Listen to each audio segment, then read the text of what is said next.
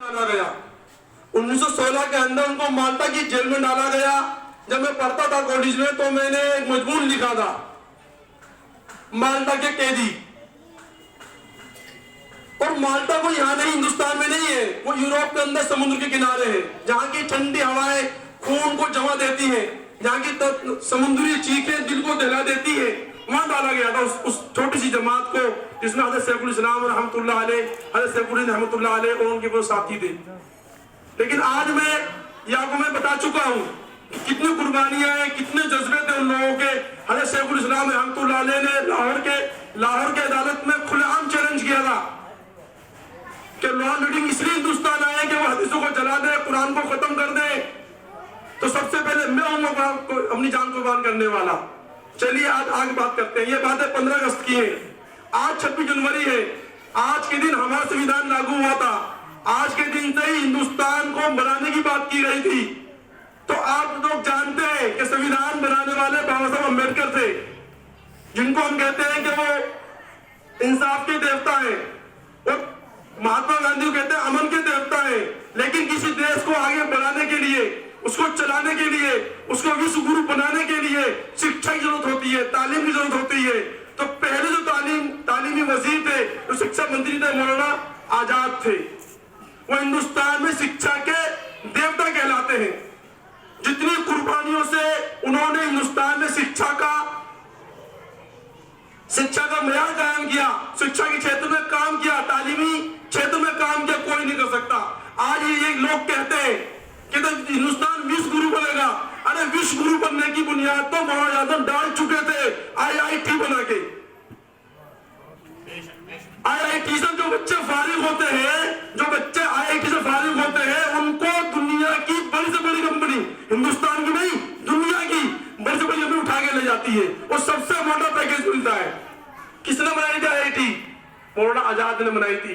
और मौलाना आजाद रहमतुल्लाह अलैह किसी कॉलेज में नहीं गए, किसी यूनिवर्सिटी में नहीं पढ़े, वो मदरसे में पढ़े थे। मैं चैलेंज करता हूं, बड़े बड़े मंचों से कहता हूं कि तुम लोग मदरसों को कमतर आंकते हो। अरे इन मदरसों के बच्चों ने वो निजाम कायम किया है कि जिनमें बच्चे पढ़ने के बाद उनको बड़ी बड़ी कंपनी उठा के ले जाती है। IIM किसने कायम किया? मौलाना आजाद ने कायम किया। IISc किसने कायम किया? मौलाना आजाद ने कायम किया। साहित्य अकादमी किसने कायम किया? मौलाना आजाद ने कायम किया। और जितनी यूनिवर्सिटियां हिंदुस्तान के अंदर है, उन यूनिवर्सिटियों को एक रस्ते मानने के लिए UGC यूनिवर्सिटी ग्रांट कमीशन किसने बनाया? मौलाना आजाद ने बनाया। ये बात मैं नहीं कह रहा, सरदार वल्लभ भाई पटेल किताब में लिखते हैं, जो हिंदुस्तान के पहले वजीर दाखिला थे, गृह मंत्री थे, वो लिखते हैं हम जब भी मिलने गए मौलाना आजाद से, उनकी टेबल पर वो किताब मिली जो किताब ऑक्सफोर्ड में पढ़ाई जाती है। हम जब भी मिलने गए मौलाना आजाद से, उनकी टेबल पर वो किताब मिली जो किताब कैम्ब्रिज में पढ़ाई जाती है। ये हमारे आबोजदाद थे, ये उलमाए देवबंद थे, जिन्होंने अपने खून से, अपनी जवानी से इस देश को सींचा। अब हमसे बात करते हैं विश्व गुरु बनाएंगे, तो मैंने कहा उनसे कि विश्व गुरु तो मौलाना आजाद ने विश्व गुरु बनने की बुनियाद डाल दी हिंदुस्तान के अंदर, तो वो शिक्षा मंत्री थे। और वो उनका भी इतनी लायक थी, एक मर्तबा मौलाना आजाद रहमतुल्लाह अलैह ने प्रधानमंत्री पंडित जवाहरलाल नेहरू के यहाँ फोन किया। तो पंडित जवाहरलाल नेहरू का जो चीफ सेक्रेटरी था PMO का, उसका नाम था ON मिठाई। ON मिठाई ने फोन रिसीव किया, और फोन रिसीव किया तो मौलाना आजाद बोले भाई जवाहरलाल है, तो बोला आप कौन बोल रहे हैं? कहते मैं कौन बोल रहा हूँ? कि तुम मालूम नहीं कि हिंदुस्तान में सिर्फ मौलाना आजाद है जो पंडित जी को जवाहरलाल कहते हैं, जब उसको पंडित जी नेहरू जी कहते थे उनको। और फोन काट दिया। ON मिठाई ने पंडित जी से कहा कैसे से फोन आया था मौलाना आजाद का, कहने लगे भाई ठीक है। अब वो फौरन आए और उसका ट्रांसफर। तो हमारे आबाजदाद ने लिल्लायत थी, कौम को आगे बढ़ाने की फिक्र थी, इस देश को बनाने में उन्होंने भी कुर्बानियां दी।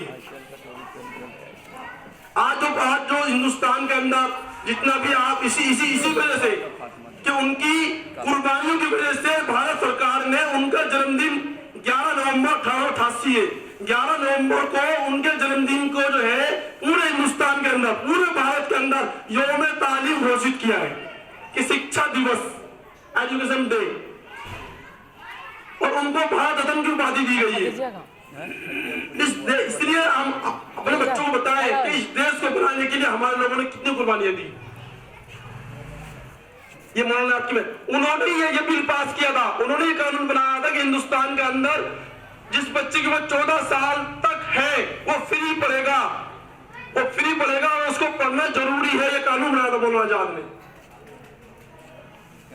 क्योंकि इल्म जो है वो अमल का इमाम होता है, इल्म अमल का इमाम होता है।